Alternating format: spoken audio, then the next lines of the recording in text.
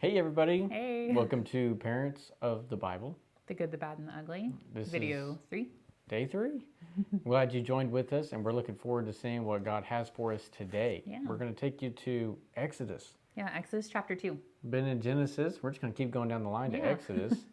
Definitely, these are not the top family stories or parent stories, the there's top more. parents, but we're just trying to get you a good round view of some of the ones that we've really had stick out to us. And so, Yeah, we're trying to pick some things that we haven't necessarily studied on yet before in other videos. actually had the friend who suggested a series similar to this. He was actually Pastor Sam Smith over at Foundations Church in Grove, and one of the things he had said, and it just hit me. And I said, "Honey, we need to do something about that." Was he had done a sermon that was Moses had 2 mamas. Now, we're going to dive into that. We obviously know, and we believe that God created Adam and Eve, and that was the image of God, was man and woman, and they are to lead a house. Husband being the leader, the one who takes the burden and responsibility of leading his family, and the wife is supposed to come alongside of him, not as a lesser vessel, It's a counterpart. but as a counterpart to help encourage and build up the family. And them together, being one flesh, one unit, are supposed to be demonstrating who God is and the kingdom on this earth.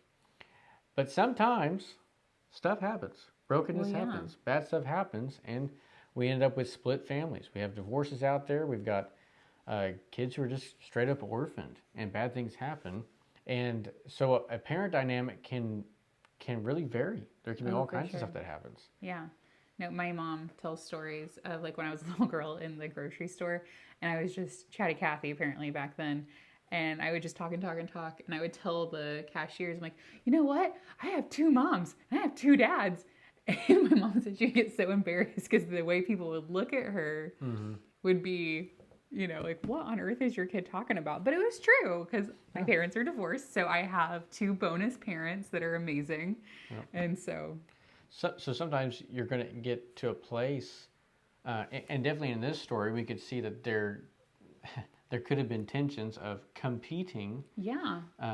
But let's jump into it before we get too much. Let's just jump into it. So we're going to talk about Moses and his mamas. Well, so right before he's born, Egypt realizes that the Hebrews are gaining in numbers. Joseph was a Hebrew that had saved people from the drought. Yeah, from the famine. From the famine that had hit the land for 7 years. And his family had come in to seek refuge from this drought, and they were given the land of Goshen. Yeah. And they, over time, just multiplied and grew so numerous that when a new king or Pharaoh of Egypt came into power, who didn't know Joseph and didn't know why we were treating these Hebrews so nicely, he kind of freaked out. Yeah, and so in order to keep control over the land of Egypt and not let it be overran, in their opinion, by the Hebrews, he said, we're going to have to knock down the male population. And so he sent out a decree that was to kill all the male children.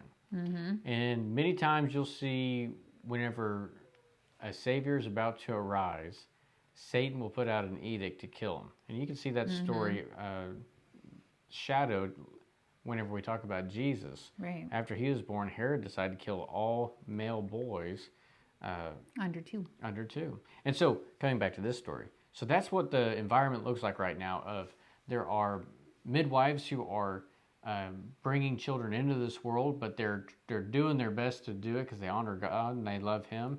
But Pharaoh's getting very angry because he's saying, why are all these children still alive? And these midwives are saying, the Hebrew women are so resilient. Yeah, they're so robust and awesome, and they give birth before we even get there. They're amazing, and they say they're having the baby, and by the time we show up, the baby's already there. There's nothing tricky that we can do to make this not work out. And so that's when Pharaoh says, okay, you know what? I don't care if they live. Start throwing the babies in the Nile River, which is like crocodile infested. And now remember that in Egypt, when we talk about the Nile River and really just anything there was a god behind every bush. Yeah, associated with everything. And so that's a very interesting thing. So imagine the palace is set up there by the Nile. Pharaoh is keeping people under the illusion that he is a god of some sort. and his daughter is a part of the story, and she's going to be a big part of the story. And so that's where we're set up. So let's jump in. Yeah, so in chapter 2, we see that a man from the house of Levi marries a daughter of Levi, and they have a baby. And her name is? Oh, her name is Jochebed. It doesn't tell us here, but it does tell us in Numbers 26. And so her name is Jochebed. I don't know what that means. I should have looked it up. Well, I'm curious now. If you want to look it up, let me know. Yeah, put it in the comments. And so it says, the woman conceived and bore a son, and when she saw that he was beautiful, she hid him for 3 months. But when she could hide him no longer, she got him a wicker basket and covered it over with tar and pitch. Then she put the child into it and set it among the reeds by the bank of the Nile. Pause. You would read this and say, oh my gosh, it's a alligator-infested Nile. You know, we Right. believe, I'm not sure, I'm pretty sure it was the Nile River. It was a nasty place, and it was a dangerous place. And yet she said, I'm going to stick him in the reeds. Now, the reeds would have been safe for this fact if they would have kept the basket from going downstream. The Right, reeds they would would have have held kept it it in place. So there's something going on here. Why does she want it where she put him? Why did she put him in the reeds? Why did she put him in a basket that floats? There's a lot to all of this. His sister stood at a distance to find out what would happen to him. The daughter of Pharaoh came down to bathe at the Nile, with her maidens walking along the Nile. And she saw the basket among the reeds and sent her maid, and she brought it to her. When she opened it, she saw the child, and behold, the boy was crying. And she had pity on him and said, this is one of the Hebrew children. Then his sister said to Pharaoh's daughter, shall I go and call a nurse for you from the Hebrew women, that she may nurse the child for you? Which is smart. Which she's not even asking her. Like, are you going to keep that baby? She's just being like, hey, if you want to keep that baby, I got a good way for you. Yeah. She doesn't wait for Pharaoh's daughter to, like, initiate this. Not that we know of, and she's going, hey, you need a nurse. But notice That baby's hungry. I know somebody who can feed it for you. Notice Pharaoh's daughter is sitting there. The instant they open it, and she's sitting there, and I think it says she had compassion on Yeah, it does. And she knew it was one of the Hebrews' babies. Her heart was tender to this. Very interesting. So she says, yes, go for it. And so Miriam, takes the baby back to Jochebed. And Pharaoh's daughter even offers to pay her. So now Moses' mom is being compensated for keeping her baby that she's not supposed to be. And now she's protected by the law because she's caring for Pharaoh's grandson. Yeah. You know? Yeah. And so here's what we need to understand in this. In order for Moses to become somebody who would set the people of Israel free from Egypt, not only that, but someone who then would fashion together the covenant of God for people to see it, the Moses covenant, to give the 10 Commandments, he had to have education. He had to know what it was like to lead millions of people, or at least hundreds of thousands of people. He had to know what it was going to be like to put things in place that would last generation after generation after generation. And he couldn't have done that alone. God preordained some things that were happening. He was not okay with Pharaoh killing the babies, but what I'm saying is he saw what man was doing that was wicked. He says, I'm going to redeem it. Right, I'm going to take it for good. And I'm going to change it to rescue a nation. Yeah. But it wouldn't have been possible if it wasn't for not only Moses' biological mother, right, but now his adoptive mother. And so we learned that Jochebed gets to nurse him and keep Moses until he is weaned. And then it's actually... somewhere between 2 and 4 years old. Who knows? Right. And then it's actually Pharaoh's daughter who names Moses, not Jochebed. Which is interesting because the name is a Hebrew name, meaning drew from the water. And so this Egyptian adoptive mother still gives him a Hebrew name, which I think is really cool. So as we look through this, we're going to see that like both of these moms gave Moses like unique ways to nurture him and keep him, you know. Right. Jochebed, she, what did I say? What was my thing? I can't find it. She sustained his life. So Jochebed sustained Moses' life, and the princess secured his life. Yeah. He had to have both. But the interesting thing, Moses grows up in age knowing that he belongs to the Hebrews. Yeah, it's never like a not known thing. And I'm sure he was associated and knew a lot about the Egyptian culture, number one, but also their religious beliefs. And we know that because each one of the plagues is combating, it's given by God, but Right. he's combating and understands it. And we know that he at least looked somewhat Egyptian because when he goes to Midian and he finds his wife later on in the next couple chapters, they mistake him for an Egyptian. They call him an Egyptian, not a Hebrew. And you need to know when Joseph, this is, years before, whenever he comes to Egypt, he knew like it was wrong for the Hebrews to eat with the Egyptians. They were considered unclean people. And so for you to be brought into the palace as a Hebrew and then ordained, or not ordained, but given the clothes and clean and shaven and all those things so you'd be clean enough was a big deal. Yeah. So for them to bring you in, it was quite an interesting thing. You wouldn't have been the same status as a full-blood Egyptian, I don't believe. Right. Though being Pharaoh's daughter's son would have given you some specialties, but I imagine the environment was more if you were the Pharaoh's daughter's pet than you were a son. You know what I mean? In some maybe. ways. And because we know through other stories that he was definitely still known as a Hebrew, because it says that he went out to look at his own people and like they recognized him as a Hebrew. And so there's just this very like dual, which I love when you think of co-parenting. It's like neither parent tried to make Moses in their image, but they both gave him the strengths of their culture. And I like to think that Jochebed, it's likely, maybe plausible. We don't have biblical evidence, but it's plausible that she was singing and telling the stories of their people when Moses was in her care for those 2 to 4 years. Yeah, and I have no doubt of that. I have no doubt that he researched his people, he spent time with his people, he learned about them. And we know that because whenever he comes to the burning bush experience, so it was 40 years from whenever he left Egypt after he had murdered an Egyptian.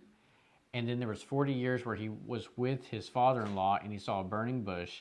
And whenever God talks to him out of the bush, he says, I'm the God of Abraham, Isaac, and Jacob, of your father. And so Moses then reacts and like falls down in awe. And it's like, well, he wouldn't have done that if he thought he was if he said like, I am the God of Pharaoh. Yeah, and you got to like he didn't say that. Like he knew who Abraham, Isaac, and Jacob were. Right. You got to understand there's not a Bible at that point. There's not a Torah at that point. This would have been all oral tradition because Moses wrote it later on. Moses writes it all later. And so this is very important. So he knows it's God. He's got the education that was secured to him by Pharaoh's daughter. Yeah, and we know that that's a guarantee because they talk about it in Acts 7. Well, let's read that. And so Acts 7 verse 20 says, "It was at this time that Moses was born, and he was lovely in the sight of God, and he was nurtured 3 months in his father's home. And after he had been set outside, Pharaoh's daughter took him away and nurtured him as her own son. Moses was educated in all the learning of the Egyptians, and he was a man of power in words and deeds." So he could write and he could do. Yeah, so he knew the history of his people, and he knew all of the intellectual stuff of the Egyptians. And I think it's that perfect storm. I think God knew what he was doing, but God used these two things to give Moses exactly what he was going to need to be able to lead the people, to write the Torah as we know it. Right. And so the thing there what we want to add is we don't hear very much about Moses' dad. Though he may have played a big part, we're not hearing a lot about it. We know his mama was a part of it, his biological mama, and we know that Pharaoh's daughter was. But we don't know of any other male influences that are happening in that situation. Why am I telling you that? Just because it's not the ideal circumstance doesn't mean that God's not redeeming parents' abilities to work together to help that child or any child under their control grow and become who they're supposed to be for the glory of God. And so my one other big scripture I want to point out here is that Jochebed, Moses' mom, she makes it into the Hebrews Hall of Faith. And at first look, you'll miss it because it says in verse, Hebrews 11:23, it says, "By faith, Moses, when he was born, was hidden for 3 months by his parents." So it's not Moses' faith It's his parents' faith that they're talking about here. Because they saw he was a beautiful child, and they were not afraid of the king's edict. And then it says, by faith, Moses, when he was grown up, refused to be called the son of Pharaoh's daughter and chose rather to endure ill treatment with the people of God than to enjoy the passing pleasures of sin. You may be in a situation where you have a split home thing, and you got a child who is probably under some influences, maybe another parent who is not behaving in a biblical manner. Here we have Pharaoh's daughter obviously has not given up her belief system. It doesn't appear. Oh, right, no. And so he has to choose, am I going to become a Hebrew and serve with the people of God, or am I going to continue a life of comfort and sin inside the palace? And even my adopted mother, who saved me from the water. Right. Am I going to continue to live in that life, or am I going to come free? It is not your responsibility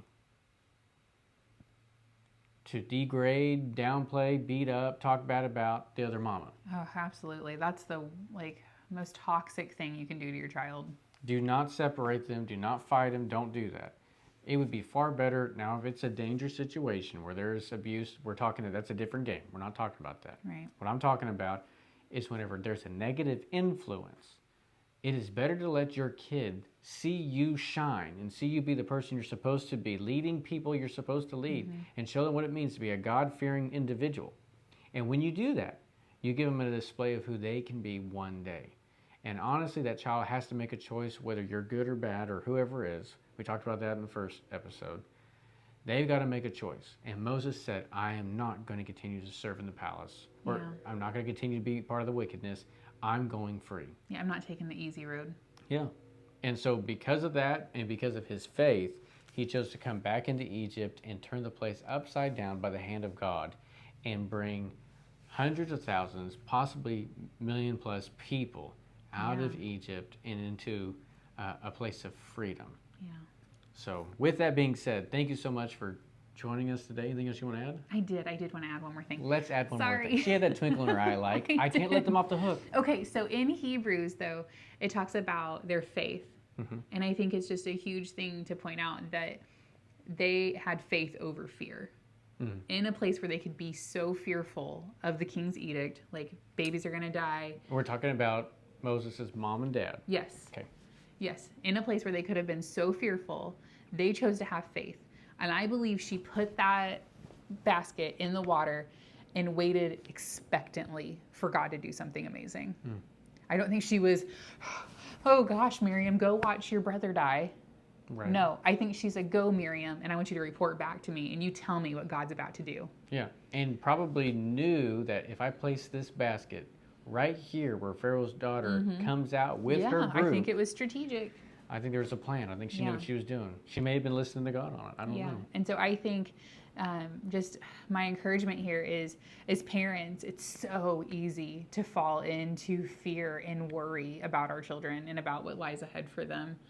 And I think we just have to take a note here from Jochebed and just choose faith over fear. Yeah. So the recap is going to be the ugly that was happening was the Hebrews the young boys were being butchered by Pharaoh. Yeah. The bad was it didn't look like there was a way for Moses to get any freedom. But we see God step in and do good. God steps in and he saves Moses. Though he used wonderful women to do it, he saves Moses from the Nile and allows and raises him up and allows him to be taught, educated, and gives him a call for the people. Yeah, by two good mamas. You know, both of these women are good examples. You know, Pharaoh's daughter is compassionate, and Moses' mama is brave. Yeah. So know that just because things can be good, go bad, and then get ugly. Also, things can be ugly. They can be bad, but God can make it good. Yeah. Well, that's 20 minutes. Love y'all. Have a great day, and we'll see you tomorrow for part 4. Bye, guys.